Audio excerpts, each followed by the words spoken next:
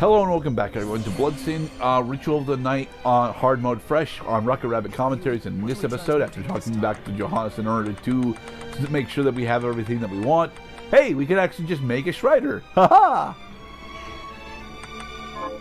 We're not. Here's the thing, though. Although we definitely want to make the Shrider, we also want to go and make the other two greatswords that are here, the long grind and the steel lightning. In order to make them, we need 2 more grams. I'll go with this. Booyah! 2 grams have been made. We need 1 long gram. We got our long gram. We need a Shrider. The recipe We got our trees. Shrider, and we need a steel lightning. We got a steel lightning, and now we can make the Durandal. I'll go with this. The Durandal will be our primary greatsword for the rest of the fucking game. Yay. The reason being is because the Durandal is a required piece for the You'll stop Jeeble no matter what. the Durandal is a required piece of greatsword equipment for effectively the actual best greatsword in the game, Eternal Blue. But we don't get access to the Eternal Blue recipe for quite some time yet. We gotta have access to a fully exploring Hall of Termination before we can get the Eternal Blue recipe. And even then, we don't get access to actually making the Eternal Blue until we get down to Glacial Tomb. Anyway, I mentioned last part that we were gonna attempt to actually set up taking down the next boss. This was unfortunately mistaken information because we're actually going to spend the entirety of this part finishing up exploration of the Forbidden Underground Waterway. As now that we have the Durandal, we can two-shot virtually everything that's in here. And it's very nice. Because we got the sinking stone, we can open chests underwater. Well, not the sinking stone, the deep sinker skill shards. They are different, I promise you. The sinking stone would be an accessory that we would equip that would not only give us the ability to sink underwater, but also give us probably slightly slower attack speed whilst we are out of water. Also, we just got one of the most important passive perks in the entire game, Detective's Eye. The first time you play through the game, max Detective's Eye. Get it to rank and grade 9. In order to have both of its extremely powerful steroids on at all times. It's a bit annoying to have the Detective's Eye Halo on at all times, but it's just entirely worth it. And yes, I knew that there was a steel lightning here. I wanted to craft my own steel lightning anyway, because actually crafting it means that we can buy it from the shop if we need to later for any reason at all. You sure a big baddie. Nice. Alright, so let me think. There was a thing that I was attempting to go into explaining, and I forget what it was. Oh, Detective's Eye, right. When you get Detective's Eye to rank and grade 9, it then is on all the time because it turns into a skill shard, but it also automatically picks up enemy drops and coin drops from lanterns and within a certain radius. And you can expand that radius by getting Detective's Eye to, rank a rank/grade 9. The other thing that's really important about it is that that Detective's Eye does what you think it does on the tin. It reveals breakable walls, and revealing breakable walls will allow you to get a majority of the recipe books, as well as a majority of the missing findable items that you managed to miss on your first on most of your first run through. Because a majority of the hidden walls in Bloodstained are relatively well hidden. Like the one in the Underground Sorcery Lab that is actually behind the Macaron. I have missed that on so many randomizer playthroughs, and it's bitten me in the ass more than once. Well hidden indeed. Ouch! Evil fucking Zepar! You see, on normal mode, the Zepars aren't placed so diciously that they're an actual threat. But on hard mode, they're placed in much more awkward positions where you actually have to fight them fucking directly instead of through either a ranged combat or being just above them. That is the weighted ring, one of the experience plus items in the game. I don't use the weighted ring or any of the other experience plus items because although there are a couple of food recipes that give you additional experience, give you additional experience percentage, the amount of experience that you get as bonus is honestly mostly negligible. Well, the earlier you equip the experience bonus, the greater the payout. You would say that, but we already are having problems in combat in general. I am running mostly a full luck set, but most of my full luck set right now is just a single copy of the Plunderer's Ring because we haven't found the second copy yet. We will be finding the second copy in the next part, but not this one. Well, just remarking on the paradox that the weighted ring improves your experience. However, you gain experience from enemies when you kill them. So if you don't have the capacity to kill them because you're not getting attack bonuses or what have you, then you can't really make good on having the extra experience if you can't get it in the first place. Yeah. I mean, in general, I think, like, I understand why they make it, they give you these routes so that it's faster to make your character more powerful, but what's the badassness in having an easy time leveling up if you're not killing as many things? But that's the thing, because you're not killing as many things, it's actually taking you longer to level up. No, you're not killing it because you don't have to kill as many things, is what I'm saying. But you still have to kill things. Yeah, but I want to kill lots and lots of things so I can think fondly of it while I go to work and pay my taxes. Honestly, I would prefer to cut down on the number of things I have to kill by anywhere from 10 to 20% if that was actually the bonuses that you can get. I think that's the maximum amount of bonus that you can get with both weighted rings and each of the experience foods. A 20% increase in experience gain. I mean, I could see 10% bonus experience, but 20% you probably would have to be stacking bonuses in order to achieve that. That's a lot. Yeah, but that's what I'm saying, you know, you have to have all the different foods that give you experience bonus as well as both weighted rings on. Chest, get! The Strider Belt is actually really fucking cool because it increases the potency of your slide. Though unfortunately, the potency of your slide is only actually relevant in, well, a couple of boss fights. So it's not something that we ever end up actually using. Oh, look, a chest icon. Yeah, you may have noticed that we actually have because of Deep Sinker, we now have the ability to, you know, be on the ground of these water areas. Makes traversing these water areas both significantly easier and significantly slower. Well, I mean, you can take the ring off at any time. No, you cannot. Oh. You can disable the skill shard certainly, but you really shouldn't because then you have to go through this area with the fucking Aqua Stream. Yeah, fuck environmental damage on hard mode. I swear it's twice as hard. It hits twice as hard as it did on normal. Yeah, it's funny that happened because I was gonna make a note that you were kind of low on health at that moment.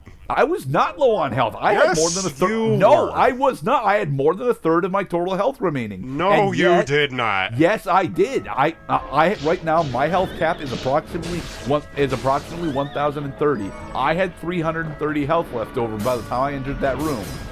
Yeah, by the time you entered, but you were at 250 health right before you died. Okay, so you think it's actually okay for the environmental damage to hit me for more than 25% of my total health? Well, I mean, you could have survived it if you healed. With what? Your potions, of course. So I'm supposed to spend money in order to just do backtracking? Because that's what we're doing in this part. We're backtracking through the Forbidden Underground Waterway in order to get a bunch of the treasures that we missed on our first trip through because we couldn't get them because we didn't have underwater mobility. Okay, so you take some of the money that you get, like that 500 gold you got from that one chest that you have to open again, and you buy some potion with it and you buy other shit with it.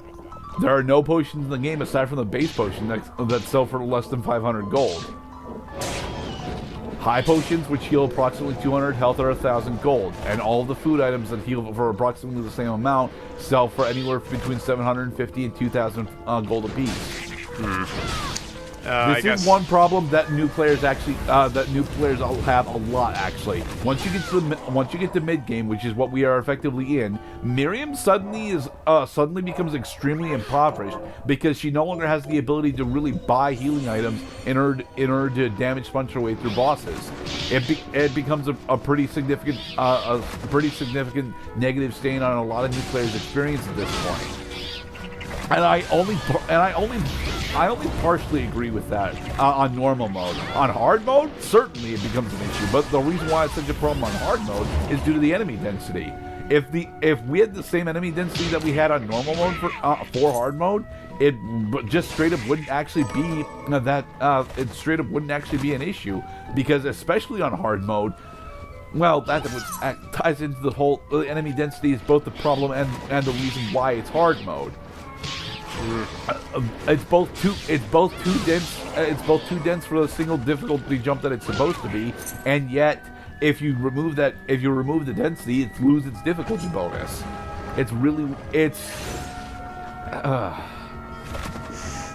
I keep bringing up that point, Cloud, and I don't want to bring it up anymore, but we're still here. Well, just the enemy density problem? Yeah, it's fucking ubiquitous, because boom, there's an enemy right there, and it's surrounded by too many others. Well, that enemy is supposed to be there though, and I know it's relatively difficult to make sense of what is and what isn't supposed to be here. These maledictions are actually supposed to be Dollarhammer hits in this room, and even then, they're not supposed to be spawning this frequently. I still think you should be in the habit of using potions in order to make normal exploration. You get money just from killing enemies and breaking lamps. I mean, all it's going to do really is slow you down. If you're tapped out on mana. So I look at it like, okay, I burn a potion so I can get an item. I go back to the shop. A potion is 50 HP. I grind up some money. I buy another potion. It's all it's going to cost me is just a little more time, but that is a much more tolerable punishment than having to redo progress lost because I got a game over. Just take the potion. On hard, the damage output that you end up taking on hard is just so much higher due to the change in the formula that a single potion is never worth spending. Right, because you would rather save your potions for a boss fight. Oh look, another MP max up. Yay! Still not actually worth picking up at this point, because I have the ability to go and effectively get infinite MP. I just haven't gone and done the farming for it yet. Well, once you accept that farming is a normal process of making progress in these games, it will solve a lot of your problems. But I really dislike doing the farming in Egothanias, to be perfectly honest. Like, there's a specific moment that comes up in Dawn of Sorrow every time that I play through it, where the first time you come across the Great Axe Armor, and it's in a room that's all alone, and it's very clearly supposed to be, this is the room that we've set up so that you can farm on Great Axe Armor. And I'm like, oh man, I really should do this farming now, because the Great Axe Armor has got one of the best shards, one of the best bullet souls in the game with the great axe attack. But the Great Axe Armor's soul specifically is so fucking rare that doing this farm now is going to eat 2 hours of my time. I'm going to gain a bunch of experience for it, and then I'm not going to have the mana in order to cast the spell for the upcoming boss fight, specifically because this is an end game shard that they just give you access to right now for no fucking reason. Like, the Great Axe Armor should not have been put in Gurgoth's Tower. It really shouldn't. But they put it there. And they didn't put it anywhere fucking else. So, what the hell? That is a problem that Dawn of Sorrow specifically has with its enemy placement. Not necessarily its enemy design, but its placement. And it actually has that placement problem with other enemies too.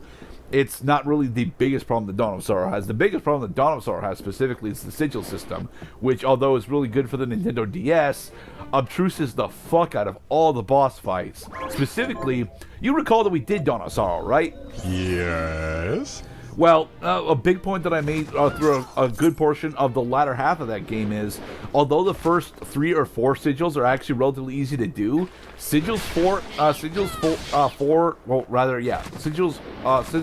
specifically is a full circle with 4 additional lines, and sigil 4 is a figure 8 with I think 2 additional lines.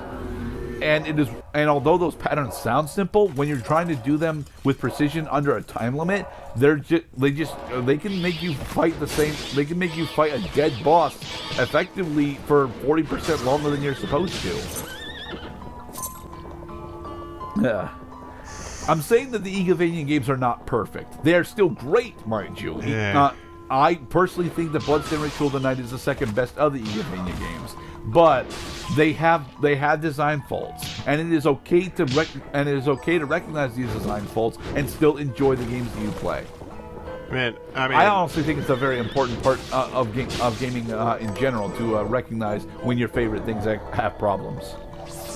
Well, that's a very mature perspective. Come to realize that there is no such thing as a perfect game. Yeah, because we only have one copy of Kirby Superstar. I'm saying every game has flaws, and of course, bringing up the flaw of games in general, which is kind of an indictment on our whole video game commentary series, is that playing games means that you're also not doing other things. Well, I'm okay with not doing other things, so long as I'm actually, so long as playing games actually fulfills a different purpose in my life, which it does. Entertainment and distraction, I value very highly in my life. Reinforcement. I was actually just telling myself this yesterday. You gotta do the work reinforcement cycle. First you work, then you reinforce it, and then you do some more work, and then you reinforce it again. And you just keep going back and forth basically for the rest of your life. Another copy of Detective's Eye, although that is actually our first copy because we died on our way through the first time. Bleh. The Swordfish is actually an interesting katana because it's one of the few katana that actually has Helm Splitter. And there's our other Plunderous Ring. Now we have most of a full look build. Haha. We're still missing two particular pieces for our actual complete luck build, but we won't get those for much later. In the next part, boss time. Be safe, everybody. Boss time.